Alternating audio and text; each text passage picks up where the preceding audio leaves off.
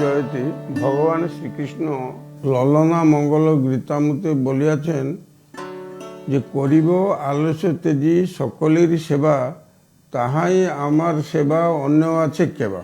ভগবান বলতেন সুখ দুঃখ ভালো মন্দ সব ত্যাগ করিয়া সেবা করিবে। ওইটাই সারস্বত মঠের একটা আদর্শ। ঠাকুর বলেছেন আর্ত কৃষ্ণ রুগ্ন ব্যক্তিদের জন্য নারায়ণ জ্ঞানে জীবসেবা করিবে। এই নিভৃতে জীবসেবা করার জন্য ঠাকুর আসামের সুদূর ব্রহ্মপুত্র পাড়ে আসামবঙ্গের সারস্বত মঠ প্রতিষ্ঠা করলেন। বলেছেন এই মঠ একদিন ধর্মজগতের মুখ্য কেন্দ্র হইবে। তাই আদর্শ গৃহস্থ জীবন, সংঘ শক্তির প্রতিষ্ঠা, জীব সেবা ইত্যাদি ইত্যাদি বহুত ব্যাপারে ঠাকুর আদর্শ সূচিত করেছেন। সেবা করতে গেলে তো ক্ষুধা পেটে তো আমি ক্ষুধাতুর থাকিব আর সেবা কথা বলবো তা তো হবে না। তাই তার পুঁজি প্রয়োজন আছে। সেবার জন্য একটা ঠাকুরের তো বহুত রকম সেবার বিভাগ আছে।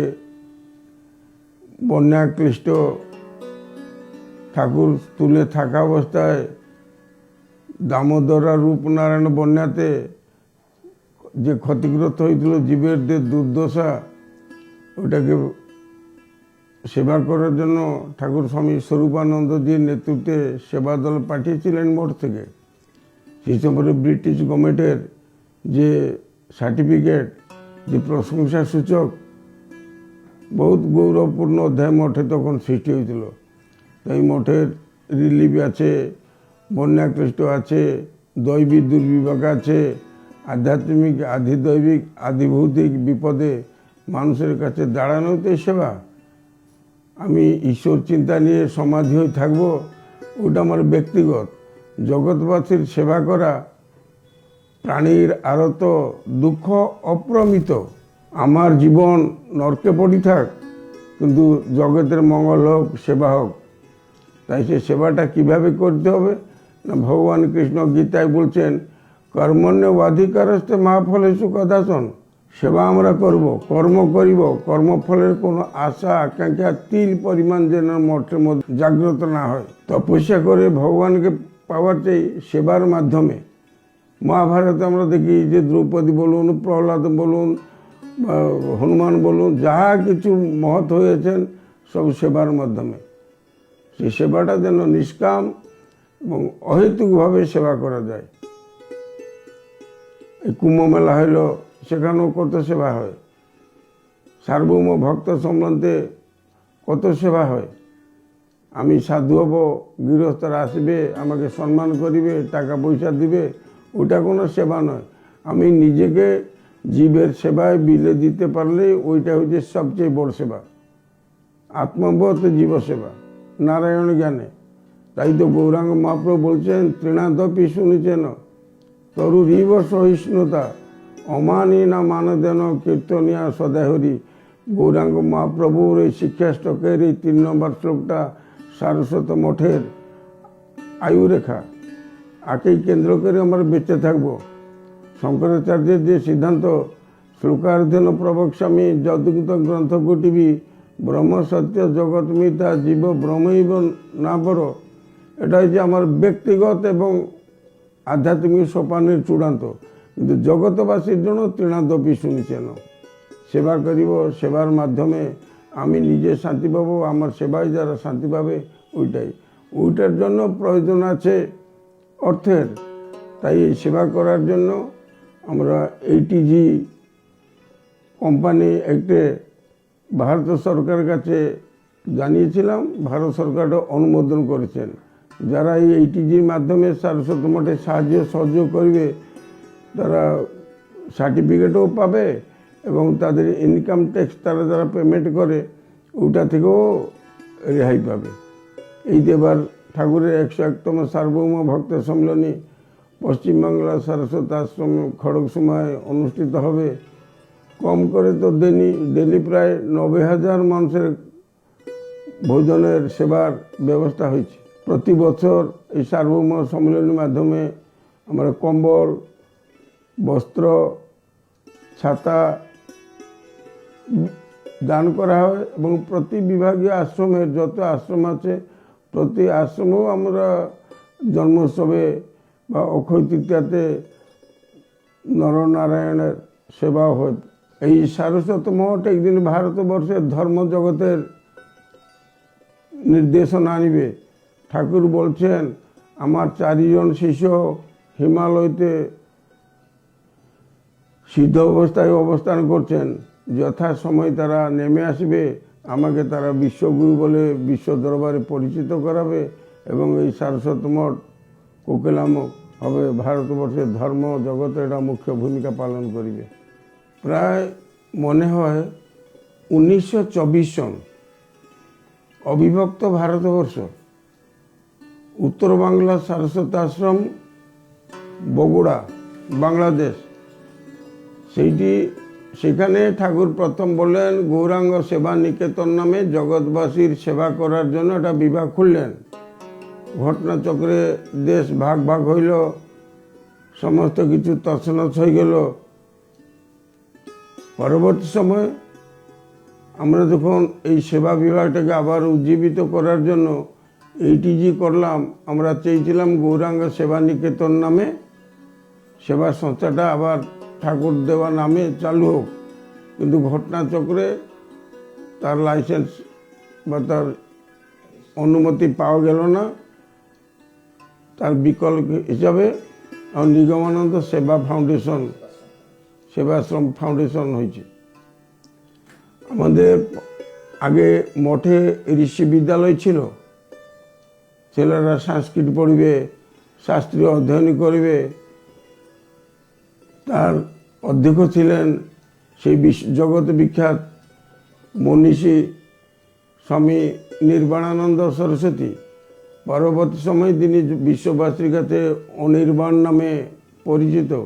এখন আমাদের যারা আমরা চাইতেছি আবার একটা সেই ঋষি বিদ্যালয় মঠে হোক বা খড়গসীমা আশ্রমে হোক বা আমাদের অন্যান্য বিভাগীয় আশ্রমে আবার চালু করার জন্য একটা বৃদ্ধাশ্রমের জন্য জায়গা কেনা হয়েছে কদমকোটায়। সেখানে সমাজে পতিত অবহেলিত বৃদ্ধ মানুষের সেবা করার জন্য আমাদের প্রায় পুরী আশ্রমে হাই স্কুল আছে, বিভিন্ন কল্যাণী আশ্রমে হাই স্কুল আছে, বিভিন্ন স্কুলে বিভিন্ন আশ্রমে আমাদের স্কুল কলেজ ইত্যাদি স্থাপিত হয়েছে। সংস্কৃতি পড়ার জন্য আমাদের বহুত ছাত্ররা বেনারস ইউনিভার্সিটিতে মাস্টার ডিগ্রি করে বসে আছে। যেহেতু এখানে কোনো ঋষি বিদ্যালয় নাই, হালিশহর আমাদের দক্ষিণ বাংলা সারস্বত আশ্রমের ঋষি বিদ্যালয় আছে,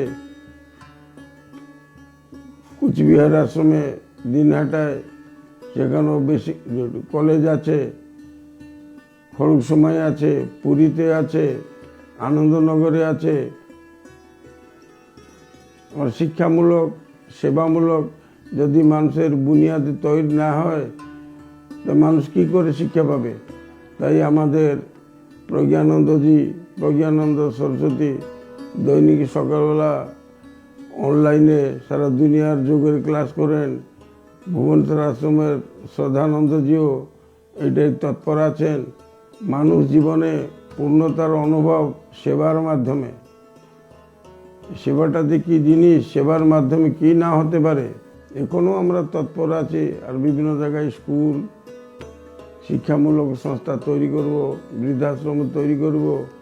সেই জন্য তো টাকার অর্থের প্রয়োজন আছে। তাই আমাদের এইটিজিরও প্রয়োজন আছে। যে দাতারা, যে ভক্তরা ইনকাম ট্যাক্স দেন, সেই ইনকাম ট্যাক্স যা দেন সেটা যদি নিগমানন্দ সেবাশ্রম ফাউন্ডেশনে করে ইনকাম ট্যাক্স থেকেও তারা রেহাই পাবেন, সেবাতে সার্টিফিকেটও পাবেন।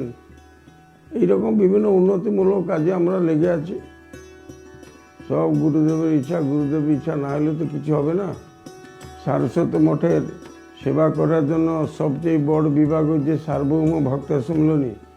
সারা বিশ্বে আমাদের যত শিষ্য ভক্তরা ছড়িয়ে ছিটিয়ে আছে, এই সার্বভৌম ভক্ত সম্মিলনীতে সবাই আসে এখানে কত সেবা হয়, কত মানুষের হয়। ডাক্তারখানা আছে, বিভিন্ন আশ্রমে মঠে বিনামূল্যে চিকিৎসা হয়, ডাক্তার আছে। আর আমরা এখানে পানিহাটি আমাদের যে প্রচার বিভাগ আছে সেখানেও ঘর কেনা হয়েছে, সেখানেও আমরা দাতব্য চিকিৎসালয় চালু করব। ভুবনেশ্বরেও হয়, বিভিন্ন জায়গায় আমাদের এই রোগী দেখা। খড়গসীমা আশ্রমে প্রতি সপ্তাহে বা মাসে মাসে একবার করে চক্ষু পরীক্ষা শিবির বসে। রাজাহাটি সংঘাশ্রমে প্রতি সপ্তাহে চক্ষু শিবির বসে। যতটুকু পারা যায় আমাদের নিজস্ব ডাক্তার আছে, তারা সব চিকিৎসা করেন। যেগুলো বেশি হয় সেগুলোকে আমরা অন্য আশ্রমে রেফার করে পাঠিয়ে দেওয়া হয় হসপিটালে। শিষ্য ভক্তদের কাছে আমাদের স্বনির্বন্ধ অনুরোধ, যারা দাতা, যারা শেঠ, তাদের কাছেও বিনীত নিবেদন, এই সেবা কার্যে আপনারা যথাযোগ্য সাহায্য করে নিগমানন্দ ঠাকুর মহারাজের উদ্দেশ্য সফল করুন এবং তার কৃপা ভাজন হন। ঠাকুর নিগমানন্দজি বলেছেন, আমি যদি জগতে আরও কিছু না করে যেতে পারি তবে এই সার্বভৌম ভক্ত সম্মেলনী আমার স্মৃতি রক্ষে যাবে। তাই কুম্ভমেলা সদৃশ একমাত্র নিগমানন্দ সংস্থা, এটা অভিনব সৃষ্টি পরমহংস নিগমানন্দজির, কিনা সার্বভৌম ভক্ত সম্মেলনী। এটা 111তম সম্মেলন অনুষ্ঠিত হবে। সেখানে দৈনিক লক্ষাধিক ভক্ত সমাগম হবে। আপনাদের কাছে বিনীত অনুরোধ, আপনারা কিছু করুন আর না করুন, এই সম্মিলনী একবার দর্শন করুন। কারণ ঠাকুর নিগমানন্দজি বচন দান করিয়াছেন, আমাকে যদি সারা বছর কোথাও না পাও, আমার 3 দিনের ঠিকানা, পার্মানেন্টের ঠিকানা আমি দিলাম।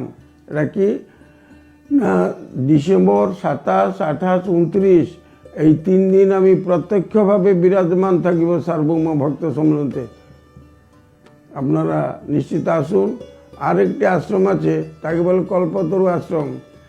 সেই আশ্রম 1929 সনে ঠাকুর ওই জায়গায় 3 দিন অবস্থান করেছিলেন আর বলেছিলেন, এখানে এসে যে যেইটা মনস্কামনা করবে সেইটা তার পূর্ণ হবে। সেটাই যে আমাদের আনন্দনগর সারস্বত আশ্রম। গ্রামের নাম ধান্যছড়া, আশ্রমের নাম পশ্চিমবাংলা সারস্বত আশ্রম, পোস্ট খড়গসীমা, থানা গড়বেতা, পশ্চিম মেদিনীপুর। আপনারা নিশ্চয় আসুন, নিগমানন্দ উদ্দেশ্য আপনারা বুঝতে পারবেন। আপনারা সহাস্য বোধনে এই সম্মেলনীতে যোগদান করে ঠাকুর পরমহংস নিগমানন্দজির আশীর্বাদ পাওয়ার যথাযোগ্য অধিকারী হন। জয় গুরু।